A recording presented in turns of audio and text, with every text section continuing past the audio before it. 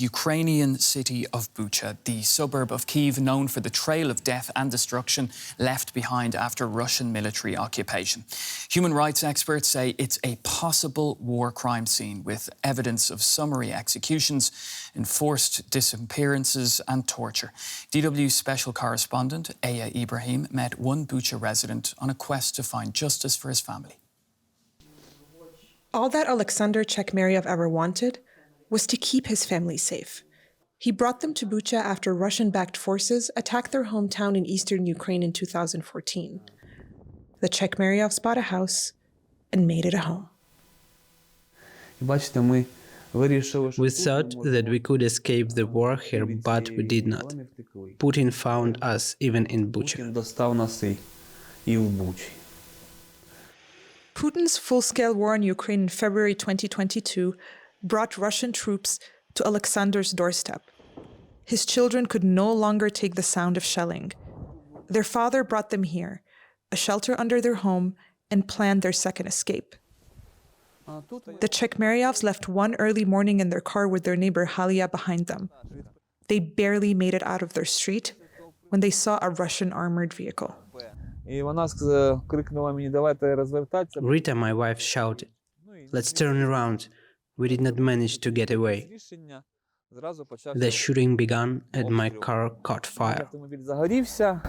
Alexander was wounded, but when he looked back, his wife and children were dead. This is the end of his story, the story of my wife and my children. The sidewalk is still charred from when Alexander's car caught fire, marking the exact spot where he last saw his family alive. Alexander's story is sadly that of so many here in Bucha. There are reports of torture, rape, and extrajudicial killings. Where I'm standing right now, this actually used to be the site of a mass grave of civilians. They all had to be exhumed, identified, and reburied when Ukrainian forces retook the town. Almost a year on, the question on everyone's mind is, where's justice? And can it ever be delivered? Ukraine's prosecutor general has set up a webpage where anyone can report alleged war crimes committed by Russian forces.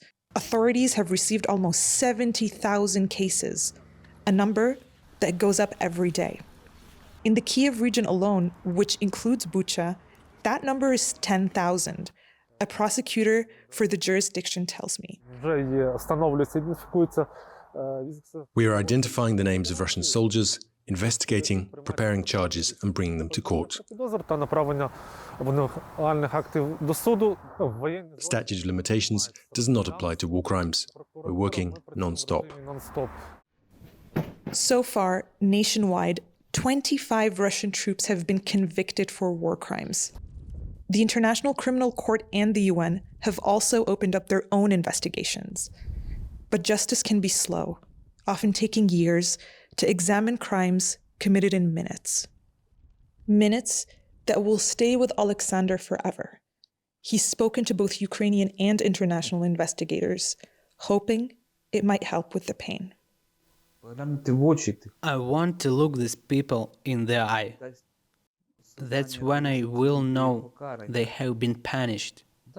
I'm sure I will feel much better when there are results and not just legal procedures, that these people have been punished. For now, he's kept his family home exactly as it was. The children's toys are still in their drawers, the bed sheets are fresh, and their pictures are everywhere.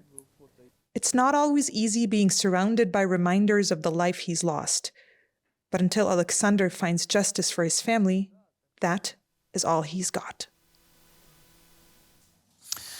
All right, well, in Bucha, let's talk to DW special correspondent Ibrahim, who filed that report. Aya, great to see you. Great reporting. Very, very tough story there. What are the chances that Alexander ever finds justice for his family? Well, we did try to speak to the Kyiv prosecutor to get some details about Alexander's case. He couldn't really give us any details, but I know by speaking to him that he has quite a bit of evidence. There are the images that we showed in the report. There are eyewitness accounts because he was joined by his neighbor, Halia, who was in the car right behind them, and his children. Their initial resting place was actually that mass grave site where I was, and their bodies have been exhumed, and so there is the potential for forensic evidence to be collected there as well. With that being said, we are talking about just such a massive volume of cases that it's unclear what the timeline for his particular case is. But the General Prosecutor of Ukraine has vowed that every single case will be prosecuted no matter how long it takes. There are no statute of limitations on war crimes, and that's why, Pablo, for example, there are still Nazis being prosecuted for war crimes that they committed during the Third Reich till this day. But then, of course, there is that question of what about the leaders, Russian leaders like Vladimir Putin, for example. That is a little bit more complicated. The International Criminal Court has opened a case.